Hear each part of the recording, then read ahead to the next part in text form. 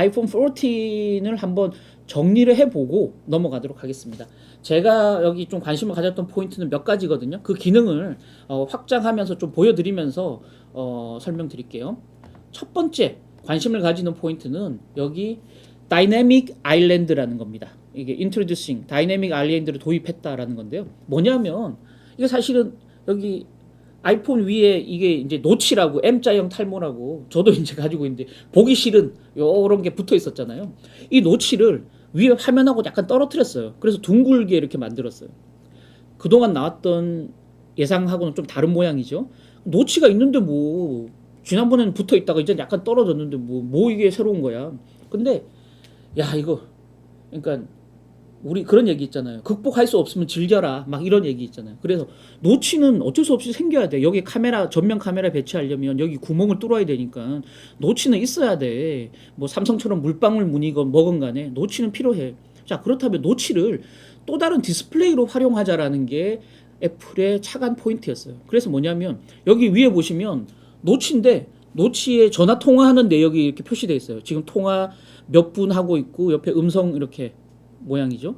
그리고 이거 사이즈가 또 커져요. 그래서 지금 에어팟을 연결했어라고 에어팟 충전 그러니까 에어팟 배터리는 몇 퍼센트야? 요게 이제 이렇게 표시가 되죠. 약간 사이즈가 커지면서 거기다가 맵을 이용하거나 또는 내비게이션을 이용하면 이게 사이즈가 좀 더 커져요. 그래서 그러니까 좀 작은 형태로 내비게이션 이렇게 방향을 표시해 주는 역할까지 합니다. 알람이 2개 있으면 이게 더블로도 이게 연결이 돼요. 이 화면을 제가 따오지는 못했는데 그래서 이런 노치를 기존에 흉측했던 노치를 새로운 또 다른 디스플레이로 확장했다라는 거죠. 여기에 많은 사람들이 환호하고 있더라고요. 간밤에 보니까. 그다음 두 번째, 요거는 사실 넘어갔네요. 이거는 안드로이드 삼성전자는 늘 했던 얘기인데요. Always on display. 애플은 처음 쓰는 겁니다. 이렇게 꺼놓으면 이게 그냥 애플은 까만색이었잖아요. 여기에 이제 삼성은 이렇게 LED로 은은하게 시간이나 날씨 같은 게 조금 이렇게 항상 여기 화면에 떠 있게 만들었잖아요. 애플도 이거 처음 도입했습니다. 근데 나중에 영상 한번 보시면 아시겠지만 삼성하고 달리 굉장히 뚜렷해요. 컬러가 들어가고 굉장히 뚜렷한 형태의 Always on 디스플레이가 구현이 됐는데 이것도 좀 괜찮은 포인트인 것 같더라고요. 그래서 한번 소개해 드렸고요. 그 다음에 이제 새로운 기능들입니다. 자꾸 넘어가네요. 죄송합니다. 제가 좀 익숙치가 않아서요. 자, 뭐냐면 두 가지인데요. 안전을 대폭적으로 강화했다라는 겁니다. 요거는 그동안 예상에 나오지 않았던 거예요. 그래서 A16 바이오닉 칩이 들어가서 성능이 20% 개선됐다. 이거는 뭐 사실 우리가 쓰면 20% 개선됐는지 잘 체감하지 않잖아요. 두 가지 포인트입니다. 하나는 앞에 보세요.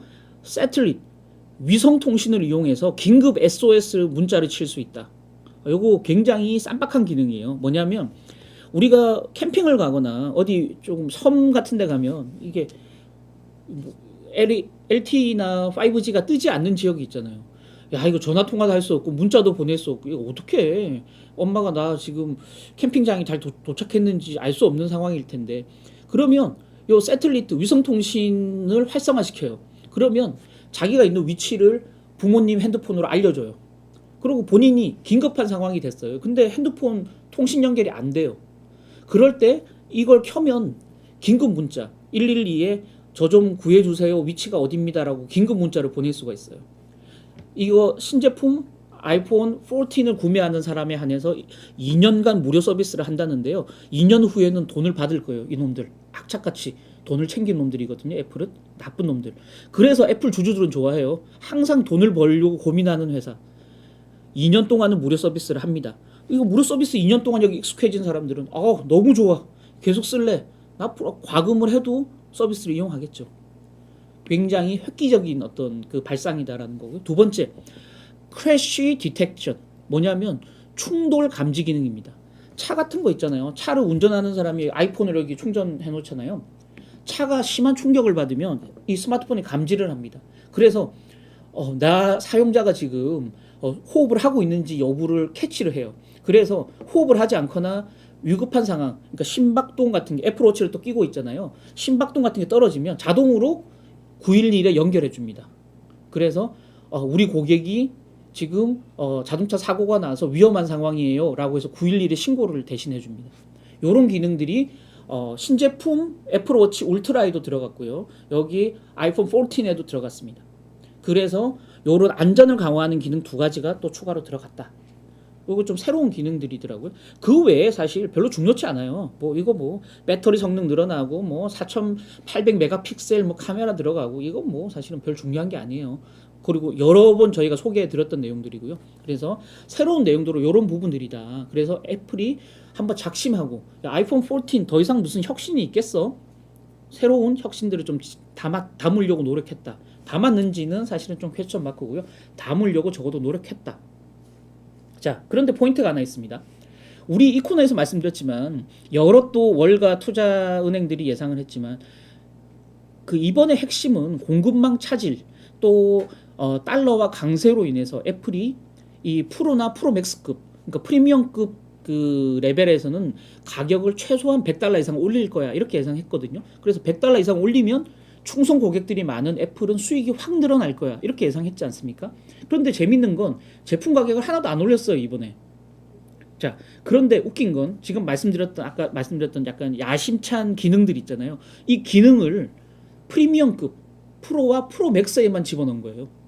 그래서 자연스럽게 제품 가격은 안 올렸지만 프리미엄 제품만 사라. 이걸 이제 애플이 그냥 유도하는 형태인 거죠. 그래서 굉장히 교묘하고 아주 뭐라고 해야 되나 이거 스마트하다고 말하면 좀 얄밉고요. 하여튼 교묘한 전략을 썼다라는 겁니다. 자, 보시죠.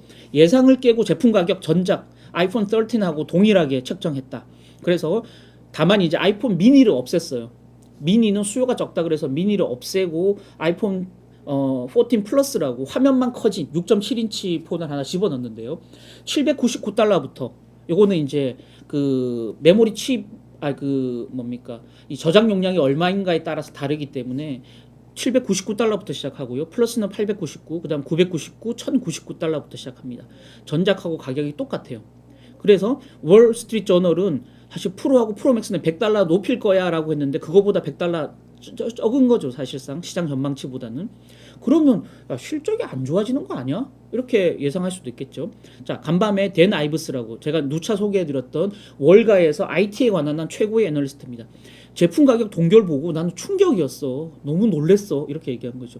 그래서 좋게 평가한 부분은 뭐냐면 애플이 자체적으로 칩을 설계하고 제작하잖아요. 물론 이제 그 외부 업체 파운드리 업체에 이제 그 OEM은 주지만 칩을 자체적으로 제작하는 능력이 이제 너무 좋아져서 마진을 낮게 잡고도 충분히 좋은 칩을 만들 수 있는 능력이 생긴 거야라고 평가를 한 거예요.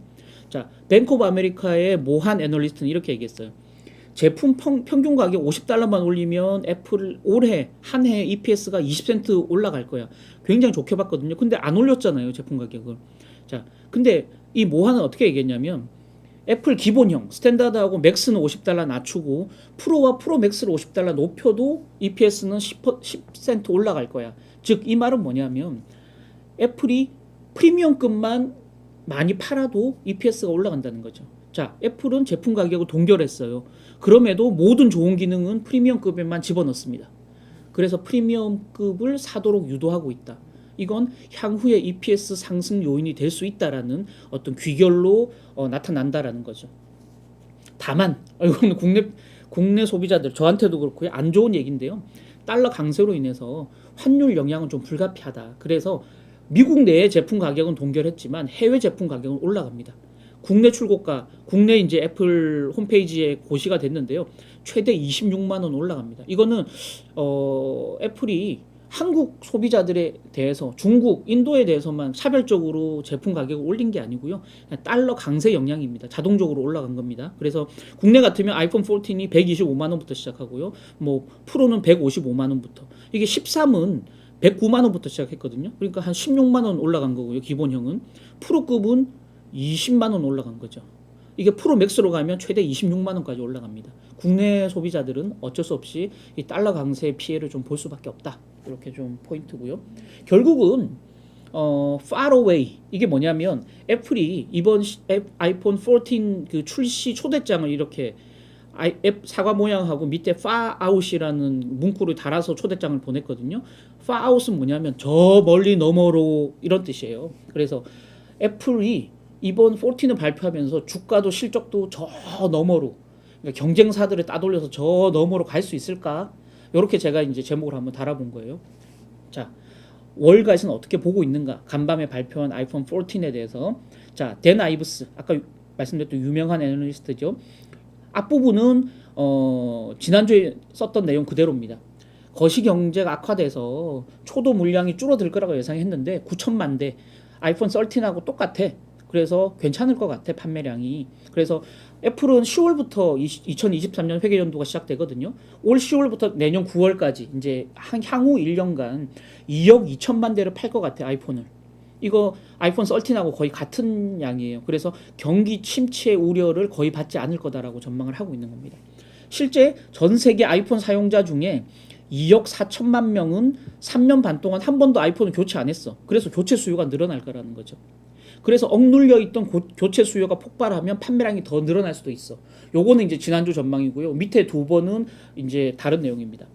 중국 소비자들이 다시 아이폰 소비를 확 늘릴 것 같은데, 특히 중국 소비자들은 좀 씀씀이가 커. 씀씀이가 해퍼. 그래서 중국 소비자는 30% 이상이 가격이 비싼 프로와 프로 맥스를 살 거야.